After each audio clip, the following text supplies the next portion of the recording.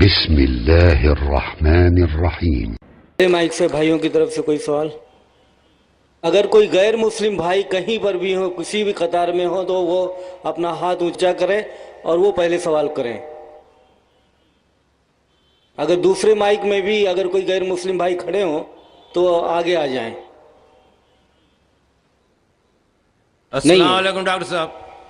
Doctor صاحب، میں ایک ریٹائرڈ آرمی آفیسر محمد ضیاء اللہ خان میرا نام ہے۔ میں آپ سے ایک کلیریفیکیشن چاہتا ہوں ریگارڈنگ سورہ والعصر ان الانسان لفی خسر۔ یہ عالم انسانیت کے لیے ایک بہت تشویشناک سورہ ہے اور کنڈیشنل سورہ ہے۔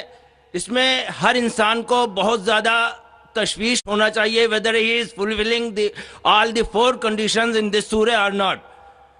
اس میں اس کی تفسیر میں ابھی آپ نے فرمایا وَتَوَاصَوْا بِالْحَقِّ کے لیے آپ نے فرمایا کہ غیر ایمان والوں میں ایمان کی دعوت۔ بے شک یہ سچ ہے کہ لا الہ الا اللہ سب سے بڑا حق ہے، لیکن میں یہاں آپ سے یہ کلیریفائی کرنا چاہتا ہوں کہ among all the Muslims اتنی زیادہ تعداد الحمدللہ مسلمانوں کی ہے، لیکن وہ عامل الصالحات سے دور ہیں، اللہ کے احکامات سے دور ہیں۔ اگر ان کو اللہ کے ان احکامات پہ عامل الصالحات کی دعوت دی جائے تو whether this fulfill the condition of وَتَوَاصَوْا بِالْحَقِّ or not۔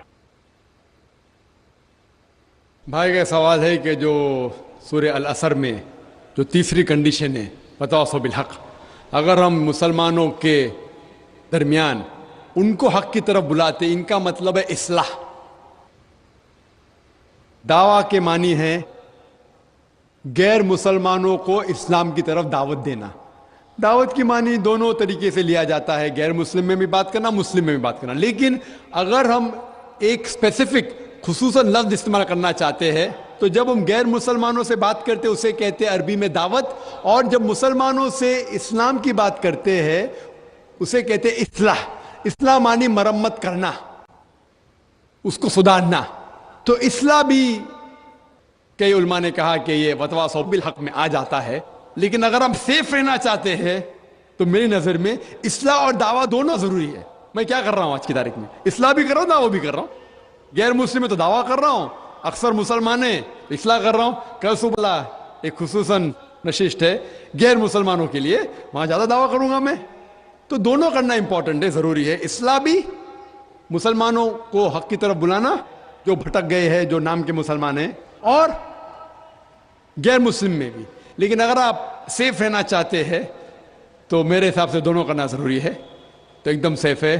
اور جنت میں جانے کے لیے ہمیں جو بھی کر سکے کرنا ضروری ہے، کیونکہ اللہ تعالیٰ فرماتے سورہ ملک میں سورہ نمبر 67 آیت نمبر 2 الذی خلق الموت والحیات، اللہ سبحانہ و تعالیٰ نے زندگی اور موت دی تاکہ وہ جان سکے آپ لوگ میں سے کون اچھے اعمال کرتا ہے۔ تو یہ زندگی ہے، آخرت کے لیے امتحان ہے، تو اس امتحان میں ہمیں سفل ہونا بہت ضروری ہے۔ اسی لیے ہمیں کوشش کرنا چاہیے کہ جہاں تک ہو سکے اللہ اور اللہ کے رسول کے احکام کے اوپر عمل کریں۔